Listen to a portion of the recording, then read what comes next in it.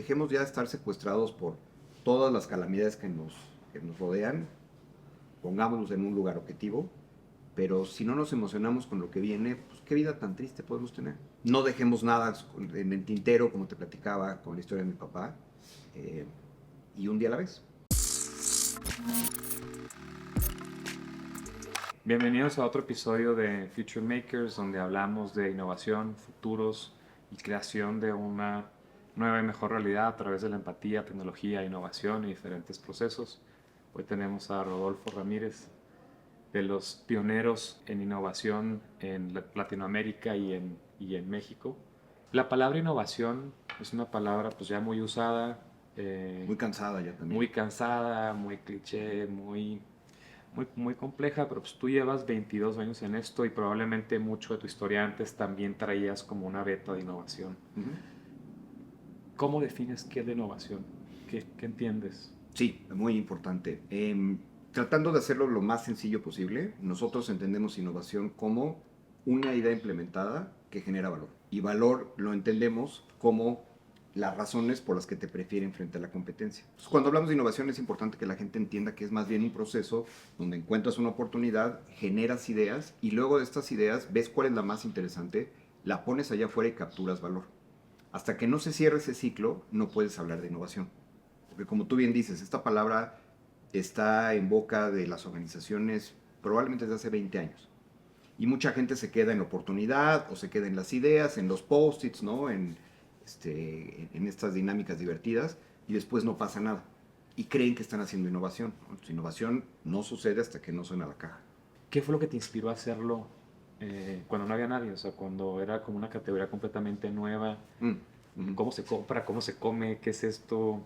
Sí, pues yo empecé con Redbox hace 22 años, en el 2022, y llegué al tema de innovación porque yo trabajaba en Sabritas, ¿no? Yo entré en los 90s, ya tengo mis años encima, eh, y entonces en el 2000 la organización empieza a explorar el tema de innovación, y yo por la función que tenía, yo estaba en un área de aprendizaje, pues me tocó meterme a ese tema, ir a congresos, ir a visitar empresas, ir a visitar agencias que estaban haciendo lo que este tema, pues ya muy práctico en Estados Unidos. En ese entonces, el desfase, digamos, de lo que pasaba ya y luego llegaba a México era como de unos 5 años aproximadamente. Yeah.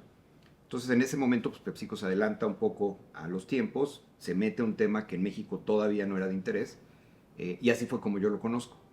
Entonces, entendiéndolo después de estar expuesto a universidades y empresas que lo hacían y agencias que se dedicaban a eso, le entendí, me gustó y luego conocí una agencia que estaba en Richmond, en Virginia, que se llamaba Play, Uh-huh. que era una locura, ¿no? Entonces, unas oficinas espectaculares, un equipo también súper humano, muy inteligente, con unos proyectos también en ese momento para Nike, para Timberland, para Saks, ¿no? Para tiendas, o sea, para marcas bien interesantes en Estados Unidos y dije, pues esto es lo que a mí profesionalmente me gustaría hacer. Entonces renuncié a Sabritas y tomando esa idea como base fue que empecé el concepto de Redbox. Y la realidad es que ya te platicaremos un poco de cuándo es el tiempo adecuado, ¿no? De hacer las cosas. Pero yo empecé 2 o 3 años antes de que el tema fuera relevante. Claro. Entonces fueron 2 o 3 años bien difíciles porque yo llegaba a vender innovación a las compañías y las compañías me decían, mira, el tema no lo conocemos, obviamente no hay presupuestos para hacerlo y no está en nuestro radar, o sea, no es como parte de nuestras prioridades. Por este desfase que te platicaba, ¿no? Completamente. Ya era algo muy hot en Estados Unidos, pero aquí todavía no llegaba. Pero ¿tú crees que es un tema de llegar en el tiempo correcto o encontrar a la persona que dice eso que estás diciendo más sentido? No sé cómo se llama, ni sé cómo se dice, Uh-huh. pero me duele, nos duele, es una organización. Creo que es el segundo, El segundo. porque de hecho mi primer cliente fue PepsiCo. Entonces yo salgo, empiezo el negocio y el que era la cabeza en ese momento del negocio de confitería, que era Sonrix en ese momento, Sergio Fonseca, él, el tema ya lo conocía, ¿no? Pues obviamente porque estaba en ese mundo, etcétera, y entonces yo me acerco a él sin ser amigos, ¿no? Nos conocíamos de trabajar ahí y obviamente nos cruzábamos de vez en cuando, pero él fue quien dijo, a ver, creo que el tema yo lo conozco, el tema es interesante, y creo que podrías armar una buena propuesta para mí. Entonces yo voy a ser tu primer cliente. Y eso fue lo que nos abrió pues, todas las puertas que nos han traído hasta hoy. Ese primer cliente. Ese primer cliente que fue una mezcla entre entiendo que hay un dolor y entiendo que hay una oportunidad y le voy a dar una oportunidad a alguien para que entonces lo podamos resolver juntos.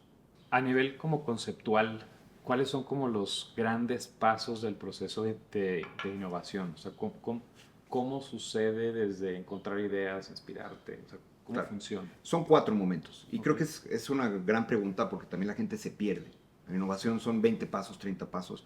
Esencialmente son 4 pasos. Ok. El primero es tienes que encontrar la oportunidad de innovación. Ok. Entonces, la primera parte es una parte más analítica que puede ir desde encontrar cuáles son puntos de dolor que está experimentando la gente, los clientes. Ajá. Si tienes un negocio, entonces los puntos de dolor es un punto de partida. O si estás empezando de cero, pues a ver qué necesidad hay allá afuera que no esté bien cubierta o que esté más o menos cubierta. Ese es el primer paso. El segundo es ya trabajar con un grupo de gente, puede ser un grupo de gente entre 5 y 10 personas, para crear entonces posibilidades, para crear ideas. Y dentro de este primer paso ya de trabajo, lo primero que tiene que hacer la gente es inspirarse. Antes de sentarse a generar ideas, entonces es muy importante que se inspire. Porque lo tradicional es ya encontramos la oportunidad o tenemos un problema que resolver sobre el Claro. cual tenemos que innovar. Tráete a la gente, ponemos café, ponemos post-its en una sala y a ver qué pasa. Y no pasa nada. Claro. Porque entonces el cerebro de la gente que está participando está limitado a lo que tiene en mente en ese momento. Pero si te echas un pasito para atrás y te das la oportunidad de ver qué está haciendo la competencia, entender bien a tu consumidor, hacia dónde van las tendencias, qué pasa con la tecnología y también cómo otras empresas, otras analogías, digamos, de otras empresas resolvieron un reto similar, ¿ok? Y pones esto sobre la mesa para arrancar el ejercicio creativo, se mejora en 300% la cantidad y calidad de ideas que se generan. Entonces la mente no empieza de cero. Claro. Entonces, la mente ve estos estímulos, o sea, es un tema a nivel biológico muy sencillo, que lo empieza a conectar con lo que ya saben y después las conversaciones con los demás es lo que hace que ahora sí creas ideas, ideas, ideas sin ninguna fricción. Ese es el paso 2 y 3. O sea, ¿Podrías paso... desarrollar un poco más la importancia de esta etapa de inspiración? O sea, ¿qué tipo de actividades, investigaciones a qué se exponen para como ampliar ese marco de referencia? Sí, por supuesto. Nosotros manejamos un modelo donde la inspiración se explora en 4 dimensiones. La primera dimensión es, le llamamos voces, que es el consumidor. Vamos a entenderlo bien, qué es lo que está pasando. Y eso lo entendemos desde análisis cualitativos que puede tener el cliente o ejercicios que hacemos nosotros, hasta una dimensión antropológica. Claro. ¿No? Uno de tus invitados fue Otón García, ¿no? Sí, que domina ese tema. De hecho, con él trabajamos ese tema porque entonces entiendes tus motivaciones más allá del producto humanas. Claro. Esa es una dimensión. La otra es ver a tu competencia. Entonces, ¿qué es lo que está pasando desde el que ya conoces que está en la cuadra de enfrente hasta un startup que puede estar del otro lado del mundo y que trae algunas ideas interesantes? Entonces, ves qué está pasando allá afuera. Después, la tercera dimensión tiene que ver con quién en otra industria resolvió un reto similar. Ya. Y finalmente viene la parte de tendencias y tecnología. Entonces, cuando tú pones estas 4 piezas sobre la mesa muy orientadas a un proyecto, entonces es cuando el equipo se explota, ¿no? En el buen sentido, con ideas. Y cada uno de estos módulos son como sesiones de inspiración que vienen los antropólogos y les platican y ven temas de datos y tendencias y luego ven un tema de competencia. ¿O cómo es No, ese proceso de se exponer? pega la inspiración con la creatividad, Ok. con el momento creativo. Ok. Entonces, en un solo espacio se comparte toda esta información que se prepara previamente. Entonces, empezamos la mañana, viene el antropólogo, suelta entonces lo que ha aprendido y entonces eso es un primer input y a generar ideas. Ya. Luego analizamos competencia y a generar ideas. Y así es como nos vamos en el mismo espacio. O sea, en el mismo espacio, en el mismo día, generas Así es. espacios de inspiración Ujú. y lo conectas para que puedan conectar temas de creatividad. Y de ahí ya lo bajas específicamente a ideas, ¿no? ¿Cómo juega en el tema de la inspiración el arte, la música, disciplinas que puede ser que no estén tan relacionadas con lo que está resolviendo, pero luego se conecta? Ese digamos que es la cuarta dimensión. Ah, O sea, la cuarta dimensión puede ser tan amplia, ¿no? O tan interesante como hablar de música o hablar de inteligencia artificial. ya. ¿No? Entonces ahí es donde metemos todos estos misceláneos que son bien poderosos, pero que a la gente le cuesta un poco más de trabajo conectar. Claro. Entonces empezamos por lo fácil, ¿no? El consumidor, luego la parte de la Inspiración. competencia, después otras industrias. Entonces, digamos que cada vez los estímulos son un poco más lejanos Ajá. al objetivo, pero el cerebro se va acostumbrando. Entonces puede lograr las conexiones. Ya. Entonces, las 4 etapas ya Perdón, tenemos objetivo, Ajá. después viene la parte de inspiración, la parte de ideas, que estas dos se hacen en el mismo momento, y después ya viene la parte compleja, que es la implementación. Ok. Y ya la implementación es, ok, en este espacio, en un espacio, ¿no? Generamos una X cantidad de ideas, se seleccionan cuáles son las que tienen más impacto, cuáles son las que tienen más factibilidad, y ahora viene el camino y viene la parte realmente retadora, que es hacer que suceda. Y en ese momento entonces ya es donde entran técnicas de prototipos, pruebas rápidas, etcétera, simulaciones, para que una idea que se te ocurre a ti en una sala de juntas puede estar expuesta a la realidad y al consumidor, y entonces se hacen los ajustes necesarios. ¿Cuál es la importancia de estas ideas y todo lo que se trabajó, convertirlo a un prototipo, convertirlo a algo que pueda ver el consumidor o exponerlo a los clientes potenciales? Es vital, porque si no estás partiendo de suposiciones. Algo que hemos aprendido en estos años, lo mencionaba, ayer estuvimos en un evento con un cliente, con un buen amigo, con Sebastián Tonda, dice, tú no eres el cliente, o sea, tú no eres el target. Es decir, el cliente, nuestro cliente con el que estábamos decía, es que estamos partiendo de crear algo y yo puedo ser el target. No, no, no, tú no eres el target. Sí, sí. Platicaba la historia de un CMO de Coca-Cola que llega a una junta y lo primero que hace con el equipo directivo es darles unas playeras que decías, yo no soy el target, ¿no? Entonces, porque asumes, y eso es un error enorme. Claro. Entonces, el tener el feedback del mundo real, porque son dos temas. Una cosa es entender al consumidor, pero también cómo lo aplica en el mundo real. Claro. Eso fue algo que nos ayudó mucho con la tecnología que ustedes nos enseñaron hace 10 años. Entonces, si yo te llevo a un espacio virtual y ves la distribución y ves la lógica y ves lo que está pasando, entonces ellos son los que te dicen, te equivocas completamente al poner la caja a la entrada. La caja tendría que estar al fondo porque entonces me permites ver toda la oferta que tienes. Si no entro, compro lo que está en la puerta y me voy.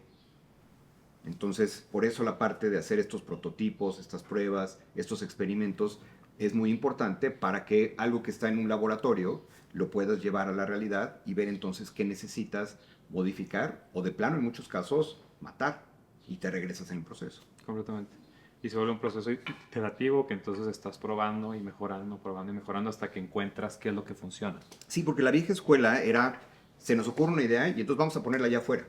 Yo te pongo un ejemplo. Imagínate una empresa de consumo, entonces se les ocurre un pastelito, ¿no? De chocolate en ese momento.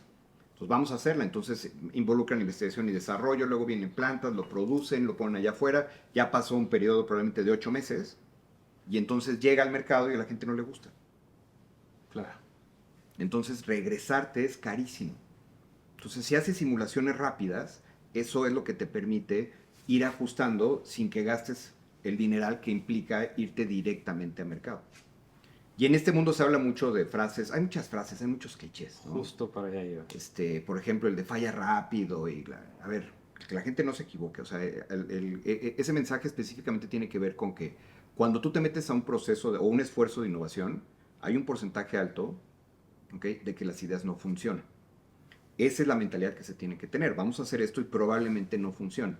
Pero este tema de premia el error, ¿no? Reconoce las tonterías. No, no, no. Porque si no, entonces ahí es donde se gasta mucho dinero, mucho tiempo y se maneja un mensaje a nivel cultura equivocado. ¿Y cuál sería el mensaje correcto a nivel cultura que has aprendido?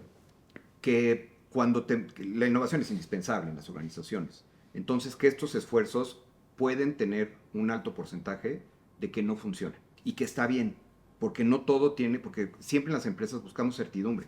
Cualquier esfuerzo que hagamos queremos estar seguros que nos va a tener el retorno o el resultado que estamos buscando. Entonces, ese es el business as usual. Pero cuando estás hablando de innovación, entonces el mindset es, vamos a intentar algo nuevo, no sabemos si nos salga o no nos salga, pero tenemos que hacerlo. Claro, y eso probablemente se vuelve el negocio del mañana o del futuro de la misma compañía. Cuando lo ves con la perspectiva correcta. Porque Claro. los negocios tienen que ver la innovación, nosotros decimos siempre en dos niveles. El do better, que es mejorar el negocio que hoy tienes, y el do different, que es buscar esas adyacencias que te van a ayudar entonces en el futuro a crear un negocio nuevo, es decir, la evolución de tu negocio. Claro. Y dentro de este lenguaje, otra palabra que es terrible es la disrupción. ¿Por qué? Pues por ejemplo, en 2017, de allá para acá se empezó a poner de moda, ¿no? Ok. La disrupción, hay que hacer disrupciones en mercados. Mira lo que hizo Uber, mira lo que hizo Airbnb. Bien, son grandes ejemplos. Pero para la realidad de las empresas en México es una palabra súper tóxica. Porque entonces la gente dice, eso implica que todo lo que hacemos hoy se va a la basura, ¿no? Y que si no cambiamos por completo nuestra industria, entonces no estamos siendo disruptivos. Entonces, de entrada, te estás poniendo una meta inalcanzable. Claro. Entonces, la disrupción se da bajo ciertas características económicas de mercado que en México no existen. ¿Qué pasa con estos clichés, por ejemplo, de esta frase de Henry Ford de si le hubiera preguntado a las personas que quieren, me hubieran dicho caballos más rápidos? Ajá. Versus la idea de ve y pregúntale a los clientes y considéralos, como estas que luego se oponen. Eh, creo que es, ajá, creo que es una media verdad. O sea, a lo que se refiere él es, si yo quiero crear entonces, ¿no? Una experiencia nueva de hotelería, por ejemplo, entonces, si voy y le pregunto a la gente qué espera, no me va a dar una respuesta. Porque va a partir de sus experiencias previas, de las referencias que ya tiene, Claro. entonces va a ser muy limitado. Cómo funciona esto es más bien entender, a ver, hoy, ¿cuáles son los puntos de dolor que tiene? ¿No? ¿Dónde están esos gaps para empezar? De ahí generas ideas, o sea, ahí es donde involucras primero al consumidor, le preguntas, pero no qué quiere, sino entender bien su contexto y sus puntos de dolor. Después generas las ideas y después ya viene la parte donde regresas para ver, esto es lo que pensamos. Ayúdame entonces a afinarlo. ¿Cuáles serían así ejemplos que se te vengan en la industria hotelera de puntos de dolor? O sea, ¿qué ejemplos puntuales se te vienen a la mente? Mira, prácticamente todas las empresas tienen punto de dolor, y esa es una oportunidad de innovación. Por ejemplo, nuestros clientes Dormimundo, Ajá. ¿no? Entonces, el punto de dolor que existe al llegar a una tienda tradicional de colchones es que llegas y ves muchos colchones por todos lados. Entonces el vendedor, te sientas en uno, te sientas en otro, Y ya se te olvidó. vas como en el décimo, ya no sabes cuál es, entonces te vas, regresas, entonces el proceso de decisión es muy difícil. Entonces lo que hicimos con ellos es, se encontraron ellos una tecnología que cuando tú llegas, te acuestan en una cama, se llama el bed match, entonces te dice en función de edad, peso, cómo duermes, etcétera, cuál es entonces el nivel de firmeza ideal para ti. Claro. Y después de eso ya entras a la tienda y la tienda está categorizada por esos niveles de firmeza. Entonces ya te llevan directamente a la sección que te toca a ti. Y ya después cuando hablas de presupuesto, entonces se reduce más la opción. Entonces es mucho más fácil llegar a lo que tú necesitas. Ese es, por ejemplo, un punto de dolor. Súper interesante. O sea, y viéndome al espejo, la vez que compré colchones, pues fue eso, de que pues, yo asumo que debe ser acolchonado y blandito, pero probablemente en ese momento es cómodo y 8 horas durmiendo ahí va a ser incómodo. No sabes exactamente No cuál es. sabes, o sea, Entonces, no tienes la capacidad para proponerlo. ahí es donde, por ejemplo, siempre la tecnología juega un papel entonces cada vez más interesante. Entonces, a ver, hay un punto de dolor, ¿qué tecnología nos puede servir? Ese es el punto de partida y entonces arrancas. ¿Qué han ido entendiendo como empresa en todos estos años? Eh, Mira, lo que aprendimos con los años y con la experiencia, buenas y malas, sobre todo las malas, fue a convertirnos en una agencia de innovación. Me explico. Al principio, entonces hablamos que éramos una agencia de innovación y nos hicimos muy buenos en la parte creativa. Entonces la gente llegaba con nosotros y teníamos muy buena inspiración, teníamos muy buenos detonadores de ideas y entonces acababas una sesión con 100 ideas, interesantísimas todas, y ya. Claro. Entonces el cliente decía, oye, ahora quedo con estas 100, ¿no? Entonces el siguiente paso fue generar una metodología para de estas 100 poder filtrar y llegar a las que sean más interesantes y de más impacto. Entonces ya llegábamos hasta ahí.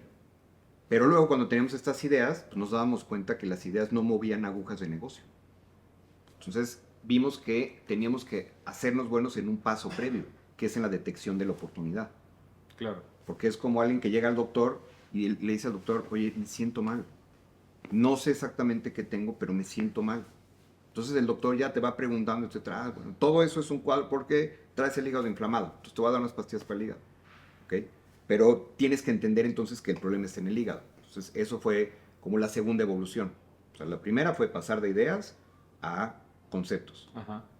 La otra fue regresarnos un paso y la oportunidad. Y la última que hicimos fue, vamos a poner las ideas allá afuera. porque hoy nuestro hit rate es como del 60%. O sea, de cada 10 proyectos que hacemos, 6 acaban en mercado. Es muy alto, felicidades. Pero antes estábamos como en un 20-30%. Porque el proceso, dejábamos al cliente con las ideas. A ver, aquí está la idea, ya tomamos el concepto, ya medio hicimos unas pruebas allá afuera y lo validamos con el consumidor y aquí está. Y entonces el cliente decía, perfecto. Pero ahora el gran problema es quién lo hace. ¿Quién lo ejecuta? Entonces lo que hicimos fue, incluso hace algunos años, hace 6 años, compramos una empresa que se dedicaba a eso, a lanzar startups y que tenía estas metodologías de, esta idea la voy a poner en el mercado y entonces ese fue el último paso. Tomar la idea, ayudarle al cliente a ponerla allá afuera y entonces ya viviendo en el mundo real, ya podíamos regresar con ellos y decirles, para que esto crezca, necesitas contratar tanta gente, tu presupuesto tiene que ser así, tienes que manejar comunicación de esta forma, porque ya estaba en el mundo real. Y esa fue como la última evolución. Entonces, es interesante porque convertirnos en una agencia de innovación nos tomó probablemente 15 años. Claro. Y hoy mucha gente que habla de este tema está atrapado solamente en alguna de estas diferentes etapas. O son buenos para las ideas, o son buenos para el research, o son buenos para hacer pruebas, pero no lo integran completo. Que es donde realmente entregas el valor de todo el trabajo. Porque regresemos a la definición. Innovación es una idea implementada que genera valor. Claro. Entonces no es una idea. Hay mucha gente que habla de ideas solamente. ¿Qué pasa cuando en esta nueva etapa que se dieron un paso para atrás a entender el problema y el dolor y llega un cliente y te dice, me duele la panza? Uh-huh. Y tú dices, ok, necesitamos este cuadro. O sea, ¿cómo es ese proceso? Porque puede ser que ellos digan, ya lo tengo súper identificado, no quiero que me cuestiones, esto es lo que vamos a hacer, versus decir, necesitamos entrar a entender y probablemente replantear el brief. Fíjate que casi en todos los proyectos se replantea el brief. Entonces el cliente dice, me duele el estómago, ¿ok? Y tenemos que hacer un proceso, obviamente, de investigación previa para ver si efectivamente es el estómago o la realidad es que te lastimaste la espalda y el dolor se te está reflejando en el estómago. Claro.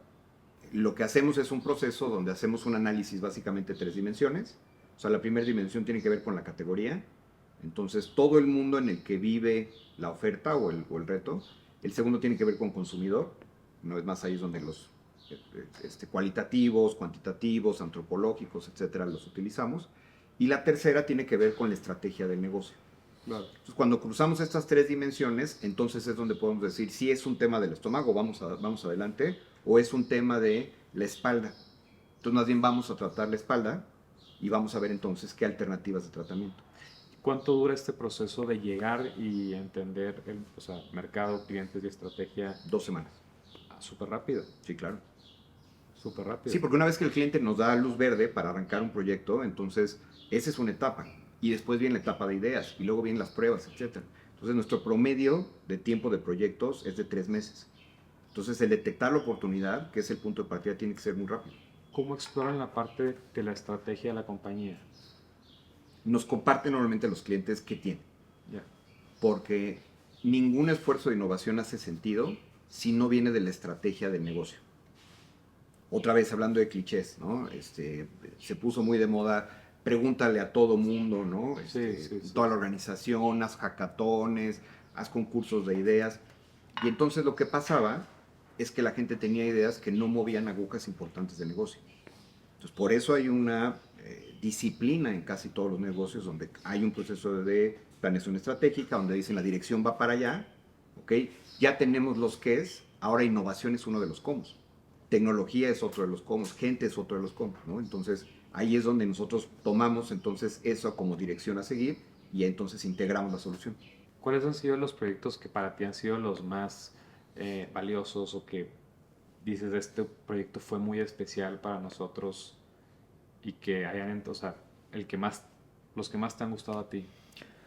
Híjole, hay un chorro, fueron muchos años, pero a ver, ahorita de los que me acuerdo, uno de los más interesantes fue con Javier López de Kitsania. Okay. Antes de pandemia, arrancamos el proyecto antes de pandemia. De hecho, irónicamente lo entregamos el día que nos encerraron a todos, ¿no? Yeah. Y él tuvo que cerrar, pues tiene operaciones en 25 países. Sí. Entonces fue con Javier y con su equipo para pensar cuál es la evolución de Kitsania. Porque hoy el niño juega a ser adulto, ¿ok? Entonces la evolución que hicimos juntos es, el niño va a jugar a crear el mundo que deberíamos tener. ¿Okay? Entonces ya no es un tema de soy repartidor, ¿no? O soy pizzero, sino que el niño entonces va a jugar entonces en escenarios que tienen que ver con sostenibilidad, que tienen que ver con tecnología, ¿no? Son como otros aspectos mucho más provocadores y obviamente como modelo de negocio va a atraer entonces también aliados que estén viendo más a futuro. Otro de los más recientes fue con la gente de Devlin. Sí. Entonces rediseñamos la experiencia. Ellos tienen dos formatos de tienda, ¿no? Como un formato más de lujo y un formato más, más popular. Entonces trabajamos primero el de arriba y ahorita estamos trabajando el de abajo. Y aquí pues fue entender el segmento al que le hablábamos, ¿no? O sea, aquí es hablarle a la familia mexicana, primero, al cuidador, porque en todas las familias mexicanas hay un cuidador, el que se hace cargo de la salud de la familia. Entonces definir que esa es la persona a quien nos queríamos dirigir y a partir de eso entonces crear una experiencia que aquí el reto era que la gente entendiera las tecnologías, ¿no? En cuanto al tema de visión. Porque tú llegas, tú usas lentes. ¿Los clientes? Los clientes. ¿Tú usas Sí, lentes? sí. Entonces normalmente cuando vas a comprar lentes llegas y entonces ves un armazón. ¿Ok? Sí. Ok, el armazón, son 2,000 pesos el armazón. Ok, ahora vamos a ver tu graduación y entonces te dice, mira, hay, tecnología A, B, C y D y entonces tus lentes te cuestan 20,000 pesos. ¿Cómo, no? A ver, si el armazón me costó 2,000, ¿por qué el vidrio me cuesta 20,000? Ah, porque en términos muy técnicos es la tecnología H23 y tiene los filtros no sé qué, y entonces eso era muy difícil para la gente entender. Claro. Entonces, el poder facilitar el entendimiento de, a ver, estas son las 4 tecnologías que hay, y por el problema que tú tienes de visión, esto es lo que te conviene, entonces te permite hacer una compra mucho más educada. Sobre todo pensando que tú eres, por ejemplo, la parte en la familia que tiene que cuidar a la pareja, a los hijos, a los tíos, entonces ese tipo de decisiones. Entonces, ¿cómo eso lo pones en una experiencia? Claro. Sumado, obviamente, a la experiencia que tienen ellos de 80 años de estar allá afuera.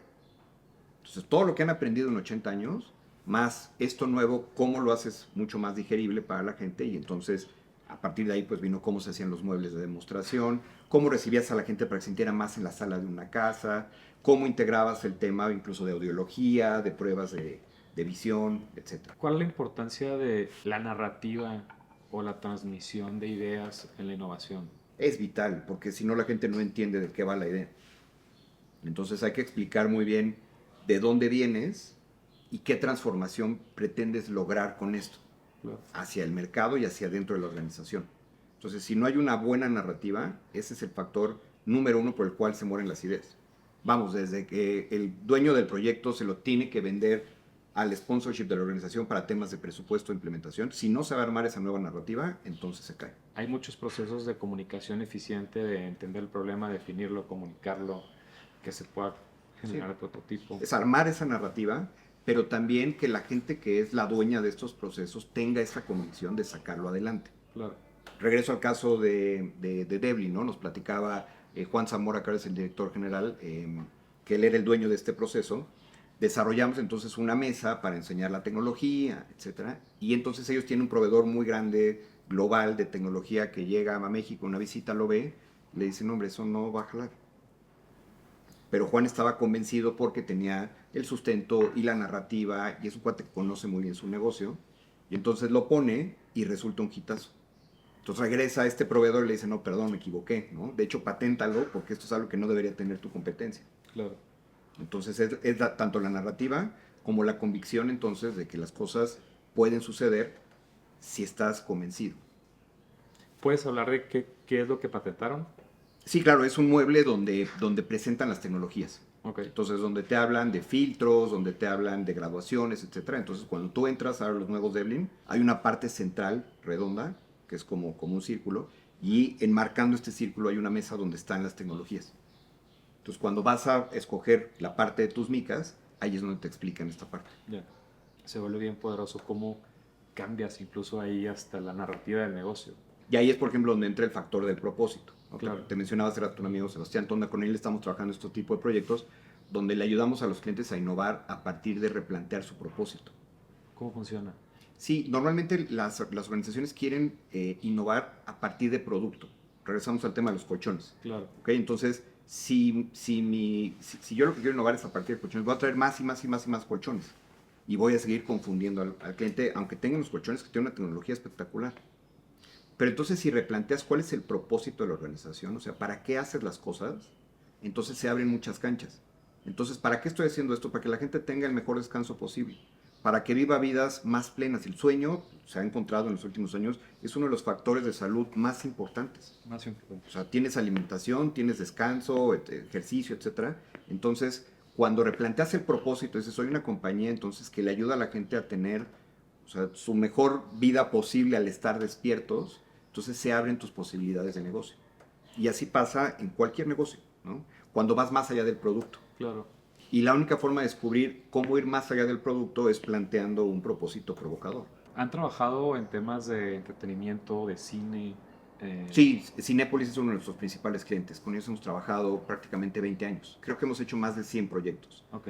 Que han ido desde cómo comunicar mejor en el lobby del cine, porque hoy vas y entonces hay una marca aquí y está el estreno acá, etcétera. Desde cómo organizar eso hasta, creo que el proyecto más interesante fue el rediseño de las salas, o sea, de los conjuntos. O hay un conjunto, hay un concepto ahora que tienen ellos que se llama Atmósfera, ese lo creamos junto con ellos. Okay. Que es un concepto donde eliminas los mostradores, entonces ya no tienes que formarte para los tickets aquí, para las palomitas acá, para las crepas acá, en un solo punto de venta, en un kiosco, compras todo y entonces ya se entrega en otro momento, y esto lo que hace es que hace mucho más fácil la experiencia de entrar a ver tu película. Claro, desestresas toda la parte de eliminan las filas. O sea, el tema de filas siempre ha sido un problema grave y muchos creerían que con la aplicación se solucionó, pero eso es para un nivel de la población. O sea, hay un nivel, como tú sabes, muy, muy amplio que no tiene acceso a tarjetas de crédito, por lo tanto no puede comprar antes. Y la otra es que también hay un factor cultural, que somos mexicanos desorganizados, vienes en la tarde, estamos comiendo, ¿qué hacemos? Vámonos al cine con las familias, y entonces llegas y pues hay 60 minutos de espera. Entonces, junto con el equipo de Cinépolis ayudamos a crear este concepto que te digo, se llama Atmósfera, donde tú llegas y entonces está todo automatizado. Eso ha reducido, me parece que hasta un 80% del tiempo en filas. Y también ha facilitado la compra de dulcería. Porque a veces lo que pasaba es que te formabas para comprar tus boletos y ya no te quedaba tiempo para la dulcería, ¿no? O era tanto tiempo la dulcería que ya empieza mi película y entonces me la voy a perder, entonces me meto a la sala. Antes de que entráramos aquí al podcast, me hablabas de la importancia de hablar del futuro. La gente está confundida y con muchos temas, Sí. Y que hace falta desarrollar narrativas de futuro. Fíjate que ese es el tema que más nos preocupa hoy en Redbox, porque es lo que hemos platicado con nuestros clientes a lo largo del año. Creímos cuando vino pandemia que nos habíamos enfrentado al problema más difícil, ¿no? Que nos había tocado, y sí, fue una cosa brutal, fue una cosa trágica, pero después de ahí no han parado, ¿no? O sea, no han parado los temas, gobiernos, economías, cambios tecnológicos, cambios sociales. Entonces, hoy estamos más saturados de mensajes negativos. Entonces, esta parte límbica, cuando ve todos estos factores, se cierra. Entonces, la gente encuentra seguridad en pues, hacer lo del día, ¿no? En avanzar poquito. ¿Y cuál es el problema? Que estamos dejando a la suerte el futuro, porque no lo estamos pensando. O sea, se nos olvida que somos los autores del futuro.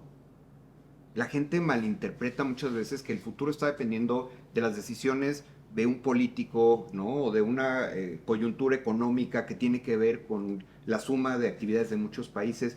Obviamente, o sea, ese es el contexto en el que estamos jugando.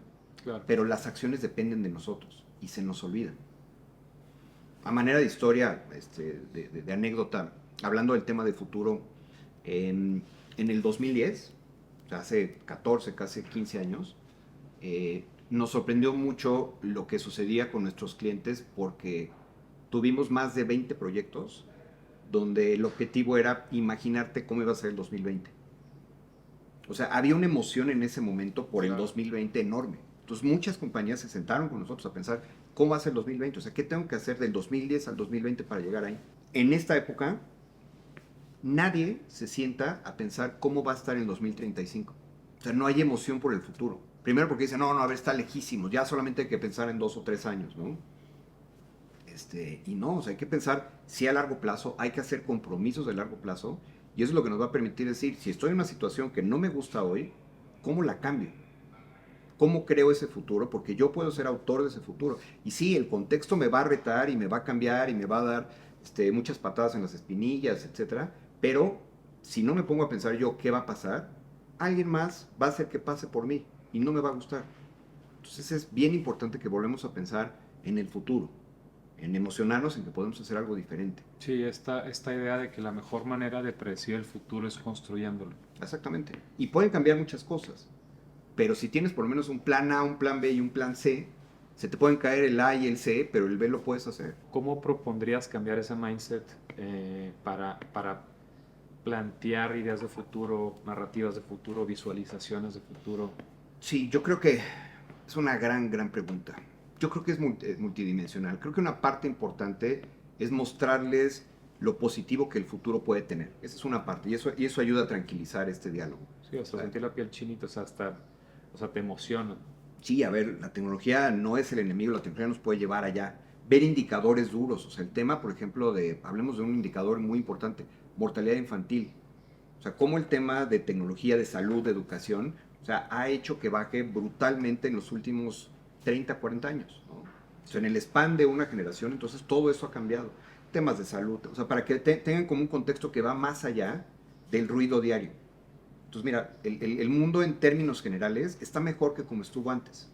También está más retado que antes, pero en contexto general hay esperanza de lo que puede pasar, ¿no? Entonces, creo que ese es un componente bien importante. O sea, la primera es ver qué hay positivo en términos macro. La otra es no dejar que esto todo el tiempo te esté arrastrando. Y creo que la tercera es justamente que la gente se inspire más, que vea cómo otros están haciendo cosas interesantes hoy. Porque ahí incluso lo que sucede es un efecto psicológico que se llama el efecto Bannister. Bannister. Roger Bannister fue el primer corredor en la historia que corrió la milla abajo de los 4 minutos. Ok. Esto fue en el 50 y tantos, no me acuerdo bien del año. Pero antes se creía que humanamente si tú corrías abajo de los 4 minutos tu corazón explotaba, o sea que físicamente era imposible. Y este cuate era un académico, no era un atleta, pero le gustaba correr y entonces hizo algunos cálculos, ¿no? Optimizó el tema y entonces lo corre abajo del minuto. Y entonces lo que pasó es que sistemáticamente los corredores profesionales empezaron a correrlo abajo del minuto, y luego menos, y luego menos, y luego menos. Entonces ya no existe esa barrera, ese techo de cristal, como se dice ahora, de que tienes que correrlo forzosamente arriba de los 4 minutos. Y eso sucede en cualquier cancha de la vida. Por ejemplo, regreso a mi caso. ¿Yo por qué me animé a hacer Redbox? Porque yo vi a alguien que ya había hecho algo muy increíble que era Play en Estados Unidos con Andy Stefanovich, que es un gran amigo y que él es el que hizo esa compañía. Entonces, para mí ese techo de cristal de las agencias de innovación no existen y no hay nada en México, se destruye. Entonces, y esa es una inspiración. Entonces, cuando tú ves estos casos, a ver, me quiero meter al negocio de alimentos, ¿ok? Pues a ver, ¿quién está haciendo algo bien interesante? O sea, automáticamente tu cerebro rompe ese techo de cristal de no se puede, está muy saturado, hay mucha competencia, es muy caro, etcétera, etcétera, y más bien se pone como en modo de crear. Yo creo que esos serían los tres componentes. Vamos a poner en claro que el mundo hoy, en términos generales, es un lugar mejor, aparte, a pesar de las guerras, los políticos, etcétera. La otra, entonces, es dejar en el cajón los problemas que existen, ¿ok? Pero no vivir entonces ahogado en ellos, no ignorarlos, es importante. Y la otra es ver quién está haciendo algo que te mueve una fibra allá afuera, en la cancha en la que a ti te toca. Porque hay miles de ejemplos. ¿Qué le dirías a alguien que está, a un líder de una organización, puede ser el dueño, el director general, que está buscando innovar, reinventar, mejorar su compañía? En Redbox, mi experiencia ha sido que cuando alguien cruza la puerta para tener una conversación con nosotros, o los vamos a visitar a su oficina, terminando esa junta, yo sé si vamos a trabajar juntos o no. Entonces, hay gente que ya trae en el ADN el tema de vamos a hacer las cosas diferente. No tengo que convencer yo a la gente. O sea, lo que yo tengo que explicarles es que yo tengo un proceso que les va a ayudar entonces a crear esas soluciones para los problemas actuales y futuros. Y que los vamos a hacer juntos y que van a acabar en un lugar mejor multidimensionalmente, no solamente como empresa, sino la transformación que esto implica en su grupo y lo que va a representar para la empresa en términos de reputación allá afuera. Entonces, cuando yo les platico eso, dicen, o sea, yo tenía esta inquietud y ya encontré la herramienta para hacerla. Porque quien está muy enfocado en números, en eficiencias, en el día a día, por programación o por perfil, nunca lo vas a sacar de ahí. Carlos Álvarez, que es mi socio en Redbox, Lo que le preguntan cuando le preguntan que qué vendemos, lo que él dice es vendemos esperanza. Claro. Porque cuando la gente ve los proyectos que hemos hecho y cómo llevaron a la compañía a lugares nuevos y cómo se transformaron sus equipos, entonces les da esperanza porque dicen, ok, ya alguien más lo hizo. Viene el efecto Bannister, entonces ahora quiero que lo hagan conmigo. Claro. Y dejan de pensar en el negocio del día a día solamente. Hablabas de este tema de innovación, trascendencia y legado. ¿Cómo lo vinculas? O sea, ¿cómo se relaciona? Ujú. Sí, es una herramienta.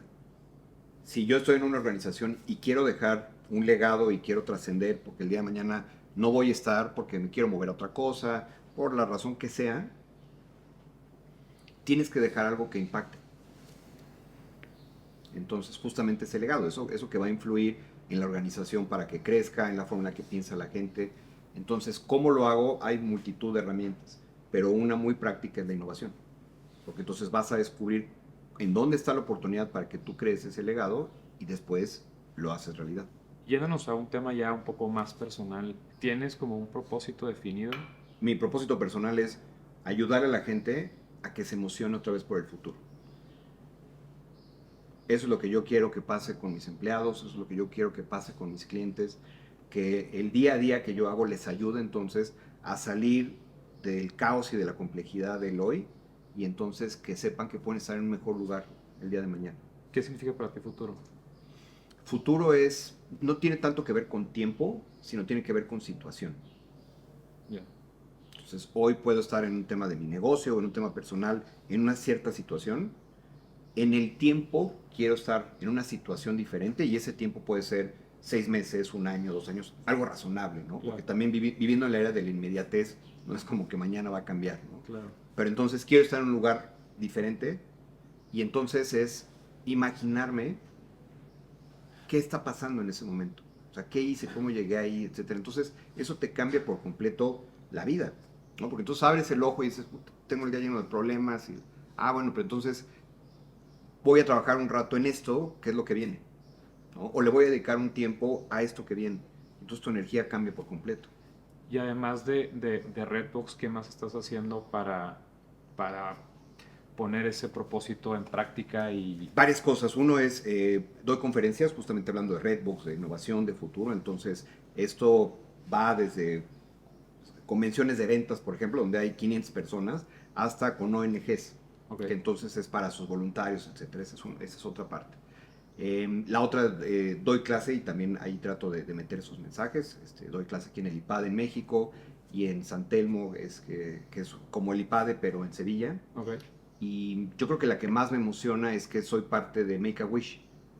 Make a Wish es una organización internacional que se dedica a dar, em, a crear deseos o conceder deseos que tienen niños que están con enfermedades que ponen en riesgo sus vidas. Entonces es una organización que empezó hace 40 años, donde un niño quería ser bombero, era un niño que estaba en un tratamiento de cáncer muy agresivo, y entonces un grupo de gente lo que hace es que se pone de acuerdo con la estación de bomberos local, y entonces crean una experiencia donde entonces va y le ponen el traje y lo suben en un camión, y entonces el niño mejora su proceso de recuperación radicalmente a partir de eso. ¿Por qué? Porque cuando tú estás en un tema de enfermedad, todos hemos pasado por eso, Claro. pues tu cabeza está metida solamente en eso, Claro. ¿no?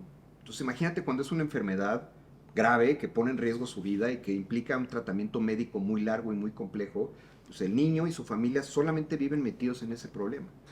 Entonces cuando creas estas experiencias para ellos, entonces por un momento sacan la cabeza del agua y regresa la energía y la conversación ya es sobre este tema y cambia por completo la dinámica.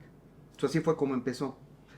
Aquí en Make a Wish tenemos, aquí en México tenemos 11 años. Ok. Y los deseos van desde un niño, por ejemplo, que quiere un iPad porque está del año 10 meses está en el hospital aislado y entonces eso le permite comunicarse con sus amigos, hasta un niño que quiere conocer las nubes, ¿no?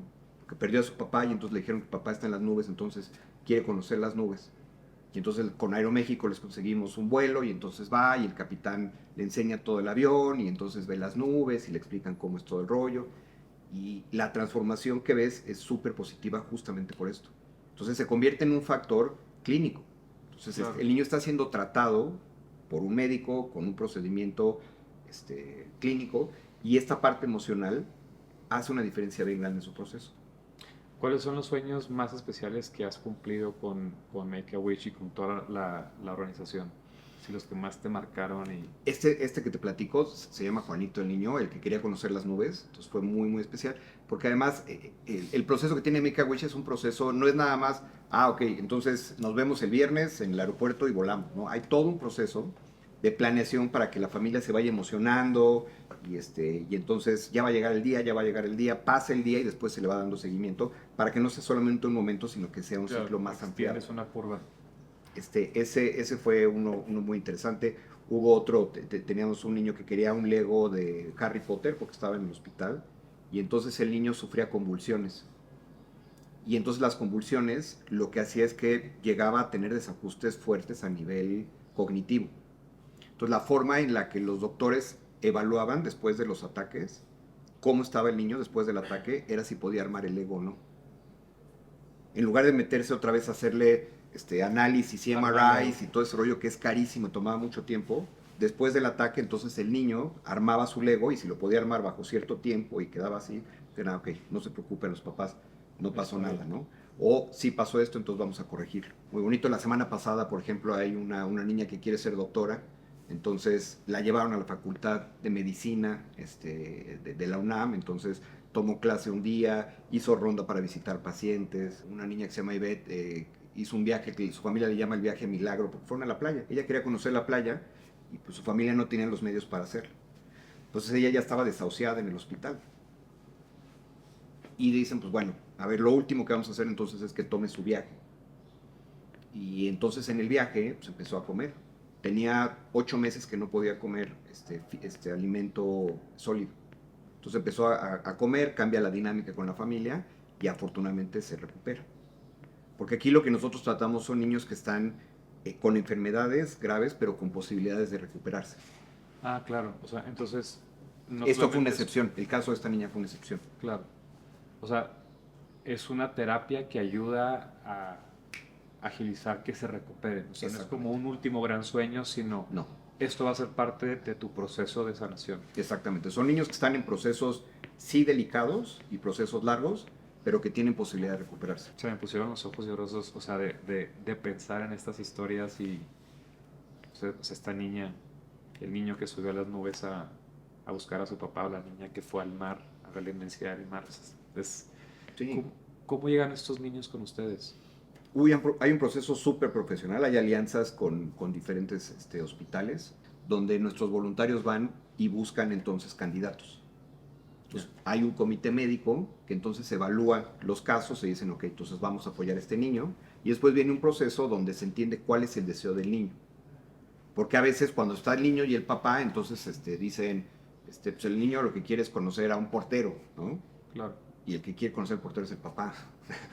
Entonces Sí. se platica en corto con los niños, con la familia y con los niños, para entonces, con la experiencia que tenemos y con el proceso, para encontrar entonces cuál es ese deseo que verdaderamente lo va a emocionar. Y hay muchos casos, ¿no? Por ejemplo, un niño quería una bicicleta. Claro. Entonces quería su bicicleta y ya que le van a dar la bicicleta, entonces se pone triste, o sea, dice, oye, ¿qué pasó? Pues es que mi hermano no tiene. Entonces, y él es chiquito, entonces no puede utilizar la bici. Ah, bueno, pues entonces que le consiguieron otra bici, ¿no? Yeah. Pero eso les cambia la vida. Y había otro niño que quería unas tortas de milanesa, Yeah.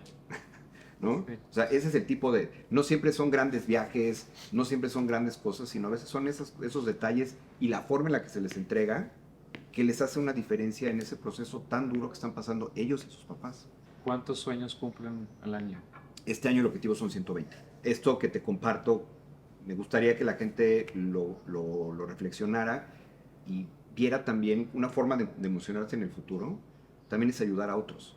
Sí, Saber este efecto que tú tienes en otros. Entonces, si alguien se quiere sumar a Make-A-Wish, hay muchas formas, bienvenidos, como voluntarios, donando, generando ellos con sus familias y sus compañeros, algo que hacemos mucho, la parte de deseos. Tus equipos de trabajo escogen un deseo y conceden el deseo. O familias, por ejemplo, que te platico de Juanito, ese lo hice yo con mi familia. Yeah. Con mis hijos, mi hermana, su hija, mi mamá, entonces nosotros hicimos ese deseo. Y si no conectan con un tema de niños, con el tema que conecten. Sí, claro. Con mascotas, con adultos mayores, con cierta enfermedad, pero que sí le dediquen un tiempo porque entonces también dejas de pensar en ti y entonces pensar en otros y ver cómo les cambias en un grado aunque sea pequeñito, ¿no? Una problemática que están resolviendo, también es bien interesante. Me gusta porque eres entusiasta en el construir hacia el futuro, en el crearlo, en el adueñarte. ¿Cómo crees tú que podemos ayudar para generar un cambio hacia el bien de México? O sea, ¿qué se necesita hacer Para cambiar este país, o sea, para cambiar, mejorar? ujú. Me cuesta trabajo como poner la palabra indicada, porque pues Sí, dependiendo entiendo qué, perfecto. mejorar qué, pero Sí. ¿crees que se puede cambiar y mejorar o crees que somos como... A ver, hablando, hace rato te platicaba, o sea, pongamos los retos en su debida dimensión, Sí, ¿ok? Si nosotros pusiéramos, ¿no? En porcentajes, ¿qué porcentaje de los mexicanos son gente trabajadora, que cuida a su familia, gente de bien, digamos? Y toda la gente que cae en la otra cubeta, ¿qué canasta es más grande? no, la de los buenos, ¿Qué canasta es la que mueve a México, en realidad? O la sea, de ¿quién es los la gente que se buenos. para a trabajar y va a un camión repartidor en las mañanas o cruza la ciudad 2 horas para ir a trabajar en una fábrica? O sea, el grueso de la gente somos los que hacemos que se mueve este país. Y por eso la gente sigue tomando decisiones tan irresponsables, porque habemos un chorro de gente que hacemos que las cosas sigan caminando a pesar de sus tonterías. Claro, Entonces, si ponemos en su debida dimensión esta canasta negativa, y nos concentramos en lo que nos toca a todos, si yo estoy trabajando en una fábrica de pan, pues entonces ver qué puedo hacer más, cómo puedo hacer mejor ese trabajo. Si estoy generando ideas, como nos toca en Redbox, entonces, ¿cómo le puedo ayudar a mis clientes que sus ideas sean más provocadores y tengan más impacto? Tú con todo lo que haces, ¿cómo le ayudas a la gente a que entienda mejor la tecnología, que la aproveche, que vea lo que viene en el futuro? Entonces creo que eso es lo que nos toca, así de sencillo. O sea, lo que hago hoy, ¿cómo puedo tener más impacto y cómo puedo ayudar a mi círculo cercano? Ya, eso es lo que nos va a ayudar a seguir mejorando. No hablemos de, es que hay que hacer un México mejor y un México, ahora se puso también estos clichés, ¿no? México chingón y México avanzado. No, no, no, o sea, mantengámoslo simple. Y poco a poco las cosas van a cambiar para bien. Los que tenemos muchos años, yo tengo 51 años, o sea, el México de los 70s y 80s que a mí me tocó versus el de ahorita, no tiene nada que ver. A pesar de los grandes problemas que tenemos, pues es un país más educado, es un país más limpio, es un país con mucho más oportunidades, un país más próspero. ¿cuál ha sido el reto personal? eh, no me gusta decirle fracaso, pero como que la gente lo relaciona Ajá. o este golpe duro que te ha dado la vida, Ujú. que fue tu gran maestro, te hizo reinventarte y qué aprendiste. Mm, yo creo que el más duro fue la muerte de mi papá. ¿Ok? O sea, mi papá falleció en el 2020 antes que empezara la pandemia, cáncer muy agresivo, y él era, pues, a la fecha, ¿no? Yo creo que es el hombre más admirable en todos los sentidos posibles que conozco. Casi siempre conoces gente que dices, bueno, sí, sí, sí, sí, pero, ¿no? Claro. Este, y yo, después de tantos años, o sea, sigo sin encontrarle un pero a mi papá. Entonces pues obviamente fue un golpe muy duro y los aprendizajes de eso es, pues primero entender que ese es el ciclo de la vida. O sea, todo llega a su fin, pero puedes llegar te puedes puedes prepararte para ese fin. Yo, por ejemplo, hice con él todo lo que quisimos juntos, lo hicimos. Todos los años viajábamos a ver partidos del americano porque nos gusta la NFL, viajábamos mucho o sea, con mis hijos, ¿no? Con la familia, comíamos él y yo una vez a la semana, o sea, teníamos como muchas actividades que cuando se fue, dije, no me faltó nada. O sea, no me arrepiento de, híjole, ¿por qué no hicimos este viaje, no? ¿O por qué no tuvimos esta conversación? Entonces, algo que aprendí es, en todos los aspectos de mi vida, no voy a dejar algo que si el día de mañana lo pierdo, porque no estaba planeado, entonces lo voy a extrañar. Y la otra es, pues, aprender de eso y también cómo lo manejo yo con mis hijos. Porque ese momento, pues, va a llegar también. Claro. Digo, si todo sale bien, me voy yo primero, ¿no? Entonces, ¿cómo puedo hacer eso también con los chavos? ¿Hay algo más que quieras tocar? Volvería a hacer énfasis en este tema de emocionarnos por lo que viene. Dejemos ya de estar secuestrados por todas las calamidades que nos rodean, pongámonos en un lugar objetivo, pero si no nos emocionamos con lo que viene, pues qué vida tan triste podemos tener.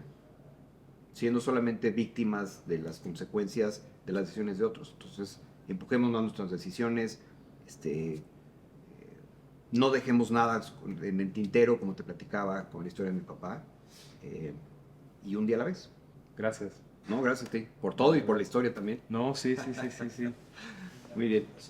Trajimos un pequeño detalle. Muchísimas por tu tiempo, gracias. por estar acá. No, hombre, te agradezco Entonces- muchísimo.